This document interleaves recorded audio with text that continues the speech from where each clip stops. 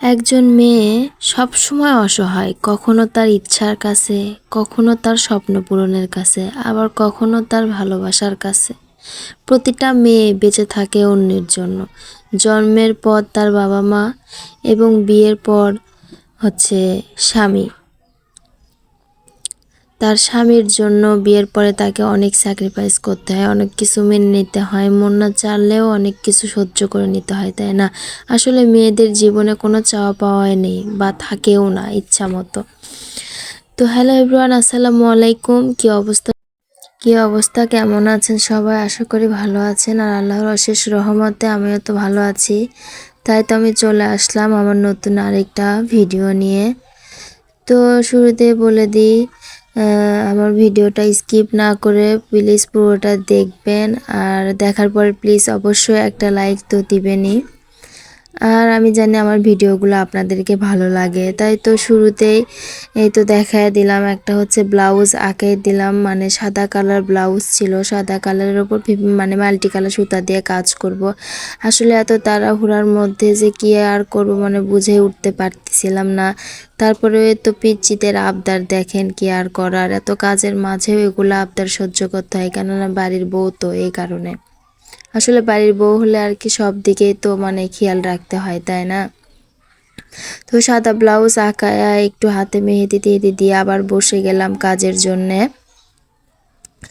এটা ছিল biscuit colour না, মানে ডিপ একটা ঘিয়ে কালার, কি বলবো, কালারটা এত সুন্দর কিন্তু ক্যামেরায় আসতেছে না কালারটা। তার মধ্যে আমি শ্বেত সুতা দিয়েছি ফুলের জন্য, কমলা কালার, লাল কালার, আর পাতার জন্য দিয়েছি সবুজ কালার, মানে ডিপ যেটা।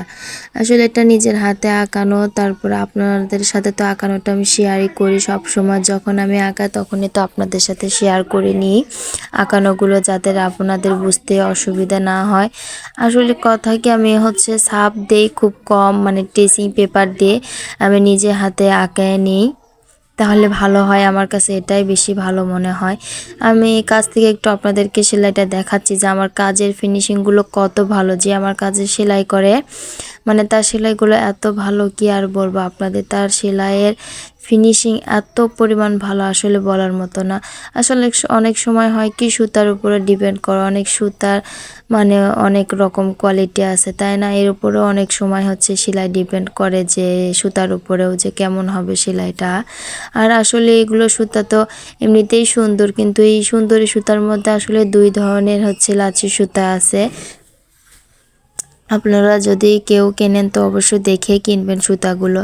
তারপরে তো চলে আসলাম, আবার 2 সেট অর্ডার আছে, সেটার মানে কাপড় আঁকাবো, এই জন্য ডিজাইন দেখে ডিজাইন উনি দিয়ে দিয়েছে, সেটা দেখে আসলে সুতা ডিজাইন সব কিছুই কাপড় উনি দেখে দিয়েছে, আমার শুধু জাস্ট কাস্টমাইজ করে দেওয়া। তো এটা ছিল যে বেগুনি কালার, হালকা মানে লাইট বেগুনি, তারপরে ছিল বাসন্তী। এই দুটার উপরে সুতা পড়বে যে আলাদা আলাদা, বেগুনিতে যাবে বাসন্তীর, বাসন্তীতে যাবে বেগুনি। আসলে এটা হবে জামা আর ওড়না। আঁকানোটা অবশ্যই আপনাদের সাথে শেয়ার করব। তো আমার ভিডিওগুলো আপনাদেরকে কেমন লাগে অবশ্যই কমেন্টে জানিয়ে দিবেন। তো দেখতেই পাচ্ছেন আমি যে আপনাদের সাথে সব কিছুই শেয়ার করে দিলাম একদম। আর বাসন্তী কালারটা অনেক সুন্দর ছিল, আসলে ক্যামেরায় ওরকম কালারটা আসতেছে না, কিন্তু কালারটা ছিল অনেক সুন্দর কালার। তারপরে বিস্কিট কালার কাপড়। আসলে এই কালার কাপড়টা নিয়ে এত ভাবা চিন্তার মধ্যে পড়ে গেছি, মানে কোন কালার সুতাটা দিব। এই কালার সুতাটা মানে ভাল লাগতেছে, একটা আনকমন হয়ে যাবে। আর লাল কমলা তো সবাই বিস্কিট কালার দিয়েই কাজ করে, তো আমি একটু চিন্তা করলাম যে এবার আমি একটু আলাদা রকম কাজ করি।